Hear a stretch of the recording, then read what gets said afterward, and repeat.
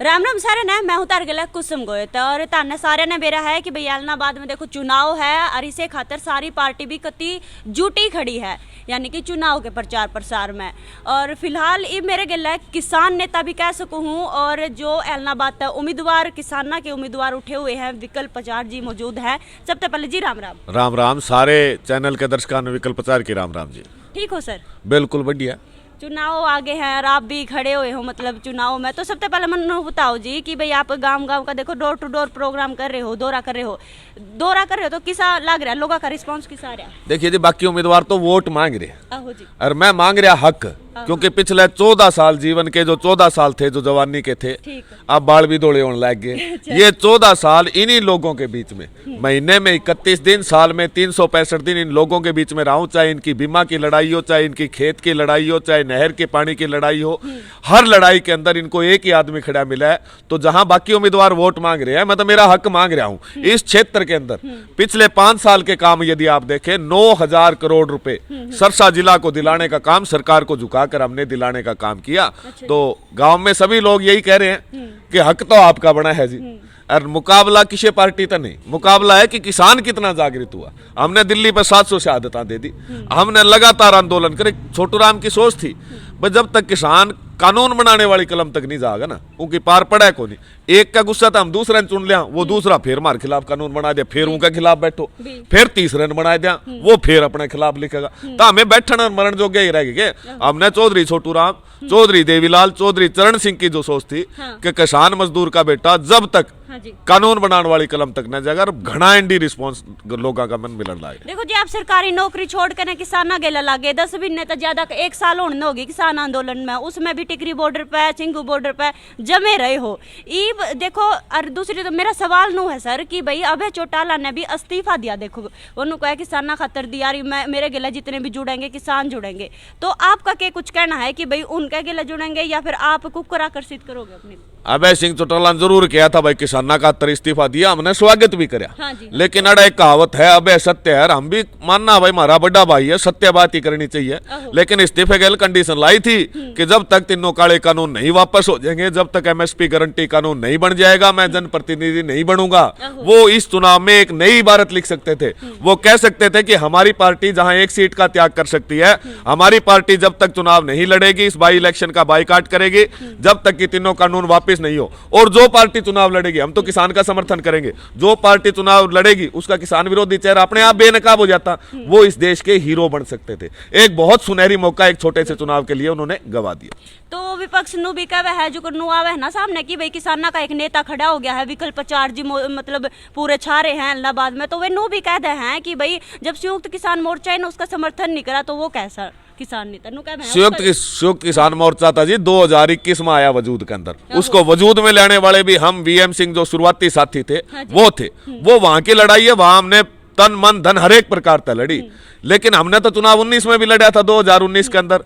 और रहबरे आजम चौधरी छोटू राम 1935 में जब संयुक्त पंजाब विधानसभा के मेंबर होते थे, जब भी ये तीनों काले कानून आए थे, किसानों का प्रतिनिधि वहां मौजूद था, जब जाकर वो गिर गए।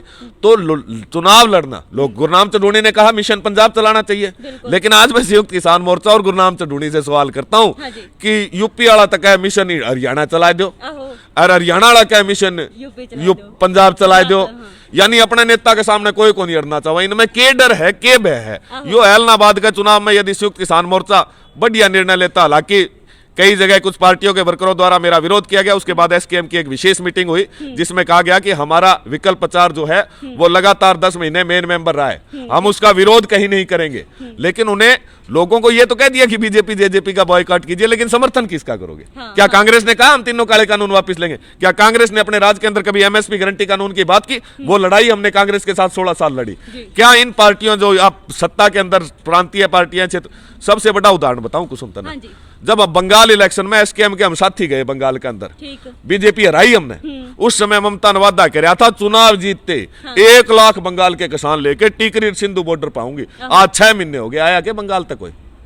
यानी कि अपने एक क्षेत्र के लिए आर्थिक पैकेज लेने तो वो मोदी तक मिलन आ गई, मारता मिलन नहीं आई। तो पार्टियां का तो यही चलेगा जब तक किसान कानून की कलम तक नहीं पहुंचेगा। बाकी एसकेएम एक कहा जैसे उन्हें गैर राजनीतिक संस्था, उनका अपना फैसला है, हमारा फैसला अपना है। जो अगर पवन बेनीवाल की बात करूं तो वे भी नुकब है कि भाई मैं बीजेपी छोड़कर कांग्रेस में जैते आया हूं कि भाई बीजेपी तो देखो किसान विरोधी है, पवन बेनीवाल नुकब है, तो मैं कांग्रेस में आया हूं किसाना की मतलब सेवा करूंगा और कांग्रेस में जीत कर जाऊंगा। उसके बारे में क्या कहोगे आप? आज तक 6 महीने पहले सरसाम ट्रैक्टर यात्रा निकली थी, जिस ट्रैक्टर यात्रा यो कहती है काले कानून किसाना के समर्थन में है, उस ट्रैक्टर यात्रा का नेतृत्व पवन बेनीवाल कर रहा था। पवन बेनीवाल कह रहा था मोदी का कोई भी फैसला किसाना के खिलाफ नहीं हो सके। और उन लोगों का मैं क्या जिक्र करूं, लोग दिन में जितनी बार कपड़े बदलते हैं वो लोग उतनी बार पार्टी में बदलते हैं। पहले वो इनलो में थे, लहरला चुनाव में वो बीजेपी में थे, कांग्रेस ने गाल काट रहे थे, अब कांग्रेस में है, बीजेपी ने गाल काट रहे हैं। अगली बार क्या पता बहुजन समाज पार्टी या कौन सी पार्टी से लड़ा है। तो इस क्षेत्र का लोग इन लोगों की हकीकत जान चुका है कि ये लोग जिस प्रकार लोग कपड़े या वस्त्र बदलते हैं उस तरह से ये पार्टियां बदलते हैं। जो किसी पार्टी का या किसी एक जगह टिक नहीं सकता वो किसानों के लिए कहां से टिकेगा। देखो जी आम आदमी नु चाव है कि भाई हमारे बीच में ऐसा नेता है जो आम हो, यानी कि हमारा जिसा हो, किसान हो, गामा में रहा हो, खास करके ज्यादातर तो लोग ने सोचा है। तो आप देखो किसान भी हो और आंदोलन में भी बढ़ चढ़ का हिस्सा लिया आपने, तो जो कर आप गामा में जाओ हो ना तो सबसे बड़ी समस्या क्या बताओ गाँव वाले? यो क्षेत्र तो समस्या में ही ग्रस्त रहा। अच्छा। आप यहाँ देखेंगे ये जिस क्षेत्र के अंदर हम बैठे हैं नाथुश्री चोपटा के अंदर, इसके नजदीक 13 गांव सेम की बड़ी जबरदस्त समस्या है। सेम का मतलब 80% जमीन में फसल नहीं उगती। आप पुराना एलनाबाद में करमशाना शेराणी ढाणी साइड में जाओगे, अगर वहां का पानी जीभ का ला लिया ना, जीभ का आर पार हो जाए, इतना खारा पानी। ये खेता का पानी तो छोड़ दो, पीण का पानी को नहीं। तो ये क्षेत्र जहां जो कहते हैं कि हमने 40-45 साल यहाँ राज किया, हमें 30 साल से यहाँ की समस्याओं का पता है। अरे 30 साल से तुमने बनाने लाग रहे, तुमने वे समस्या काटी क्यों को नहीं, उन समस्या ने वोटा का तरह रखे। मारे तो जोन सी समस्या सामने आई, मारे क्षेत्र के किसाना की जित फसल खराब हुई, हम हर एक तरह तड़े पाए। उन्होंने समस्या मेरा हल नहीं करने लग रही, या तो SYL नहर होगी एलनाबाद भाई, SYL ना तोड़ा, अकाली दल हल करना चाहा, ना कांग्रेस करना चाहा, हरियाणा में ये तीनों पार्टी कौन करना चाहा, क्योंकि चुनावी मुद्दा है वो। तो इसी प्रकार ये जो एलनाबाद की समस्या है ये तभी हल हो पाएगी जब किसान अपने प्रतिनिधि को चुनेंगे। किसान जाना है भी नहर का पानी कितना जरूरी है, किसान बता सका भाई सेम का पानी किस प्रकार से उसका डिजाइन बनाया जाए कि सेम नाले के सेम की यहाँ से समस्या खत्म हो जाए। जो लोग बिस्लेरी का पानी पीते हैं, जो लोग चंडीगढ़ AC रूमों में बैठकर राजनीति करते हैं, उन्हें क्या पता किसान कैसे दुखी है। क्या लगा जी कुछ विकास होया है नालो बनती आई है पाछा कई साल तो मतलब, तो फिर कुछ काम करया है? काम नहीं कराया जी अड़क किसी ने भी। आप सड़कों के हालात देखोगे, आप गामा के हालात देखोगे, आप स्कूलों के हालात देखोगे, बहुत सारे तो गांव ऐसे हैं जहां बस तक नहीं जाती, जहां पीने की व्यवस्था नहीं है। तो किस प्रकार आप विकास कह सकते हो? इनरलो का गढ़ कहलाता था ये क्षेत्र, और इस क्षेत्र के लोगों को बहुत उम्मीद थी कि इनरलो पार्टी उनके हित में कुछ कदम उठाएगी, लेकिन मन ने तो ये बार बार पिछड़ता और लोग भी भाई 7 डेढ़ में तो कमी नहीं छोड़ी कुसुम। लगभग यहाँ पर 10 इलेक्शनों में 9 बार जो विधायक 8 बार विधायक है वो इनरलो पार्टी से रहे। बिल्कुल जी बिल्कुल। अच्छा सर नु है कि भाई गन खरे है ना, देखो चुनाव है रहे हैं, सारे उम्मीदवार उठ रहे हैं, कति नु कह है कि भाई मैं भी काम करूंगा, मैं भी काम करूंगा, चाहे उसमें आपे ले लो, लेकिन जब बन जावे है ना नेता तो उसके बाद कति भी नहीं आंदे गामा में, कति भी मुंह नहीं दिखाते, नु ले लो या बात। इसमें आप आपको ऊपर क्यों कर यकीन करा लोग कि बिल्कुल बिल्कुल आपकी बात सारी जायज है। जो सा लीडर बन गया वो पाछा को नहीं आता, लेकिन जो दरिता लीडर बनया इसका हल्का का बराबर में भादरा हल्का है राजस्थान का, हमारा साथी मेरा छोटा भाई बलवान पुनिया है, 4 इलेक्शन आ रहा लगातार दरी पे लड़या, पहली बार विधायक बना, न्यू गामा फिरन लाग रहा है, सरकार नहीं मानती वो दरी बिछा के बैठ जाए, वो विधानसभा में भी दरी बिछा के बैठ जाए।